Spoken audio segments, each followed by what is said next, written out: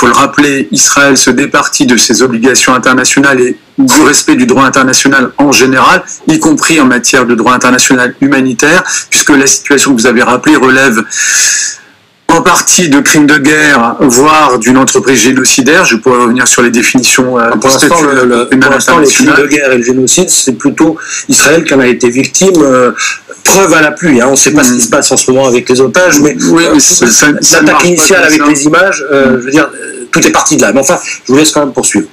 Oui, mais ça ne marche pas comme ça en droit international. C'est pas chronologique. C'est pas parce que votre ennemi a commis des actes que vous bénéficiez d'une impunité dans votre réaction. C'est la définition des limites internationales. Il n'y a pas de massacre volontaire. On l'a vu aussi, les chars israéliens escorter des Gazaouis qui se dirigeaient vers le sud du pays. C'est pas tout à fait ce qui s'est passé dans la manière pour le Hamas de traiter les Israéliens auxquels ils ont eu affaire.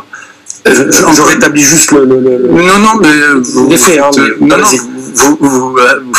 dites ce que vous voulez. Moi, je me fie à la définition du droit international par rapport aux images et aux faits qui sont qualifiés également par des experts internationaux onusiens.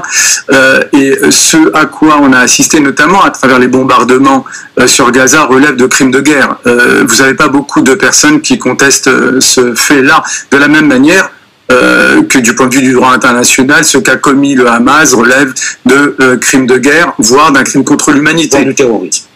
Peut-être pas. Mais non, parce que certains pays le disent. Non, mais c'est pas ça. C'est un acte terroriste du fait de ce qu'il est matériellement. Oui, si vous voulez, mais en droit international, ça n'existe pas. Alors, quand on parle de cessez-le-feu en ce moment, aujourd'hui, est-ce que c'est pas aussi trop demander à Israël que de demander un cessez-le-feu complet, sachant que qui dit cessez-le-feu dit en général négociation, et qu'a priori, on ne négocie pas avec, alors là encore, un mouvement terroriste.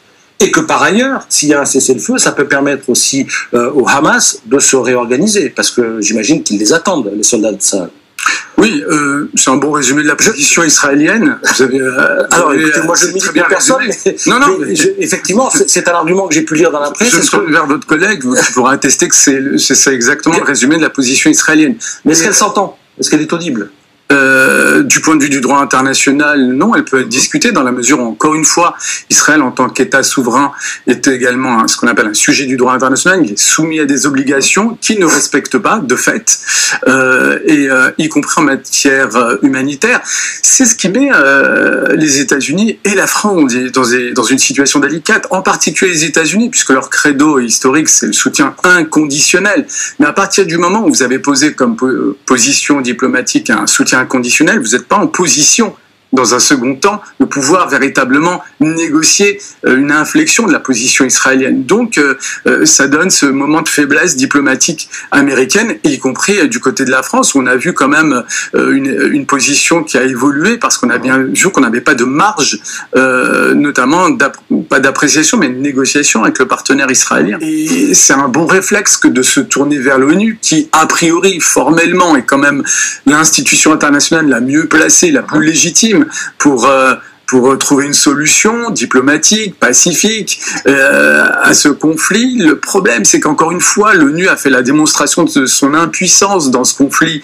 D'abord, ne serait-ce que pour prendre des décisions contraignantes. Parce que le problème, c'est que l'ONU est neutralisée par le jeu des puissances et des alliances. Les États-Unis exprimant à nouveau leur soutien inconditionnel, ils ne laisseront jamais passer une résolution qui n'irait pas dans le sens de l'intérêt ou de la volonté israélienne.